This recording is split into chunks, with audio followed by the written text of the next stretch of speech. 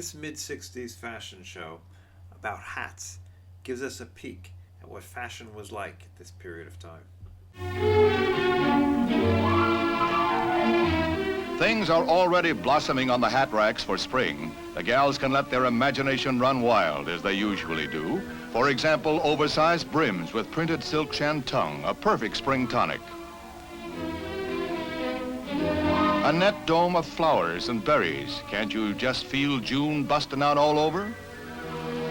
A pleated, front-flared, off-the-face roller, and that translates to very pretty. Spring fashion shows do chase those midwinter blues, especially when they dish up such confections as this white cushioned brim of straw over a polka dot snood. And how about this trick turban molded on a net shape? The models certainly put on a heads-up display, but who couldn't keep her head up in this two-tone level brim with a self-bow? And here's a flower hood that snaps either under the chin or at the nape of the neck. This black and white abstract slouch hat will be on the scene come Easter. All in all, there's a hat full of dreams in Milady's future.